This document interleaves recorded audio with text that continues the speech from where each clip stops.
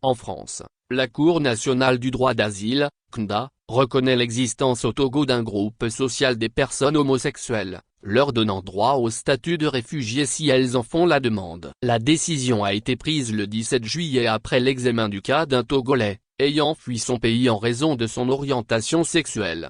Lorsque la famille de ce trentenaire découvre son homosexualité, elle l'attache et le soumet durant une semaine à de mauvais traitements. Par chance, une amie s'interpose et il arrive à s'enfuir. Cette semaine, la Cour nationale du droit d'asile a reconnu que cet homme risquait des persécutions s'il retournait au Togo. Il bénéficie donc désormais du statut de réfugié en France. La CNDA est allée plus loin en considérant la communauté LGBT+ au Togo comme un groupe social, c'est-à-dire comme un groupe partageant certaines caractéristiques, une identité propre perçue comme étant différente par la société environnante ou par les institutions. Et les persécutions liées à l'appartenance à un groupe social donnent droit au statut de réfugié tel que défini par la Convention de Genève de 1951.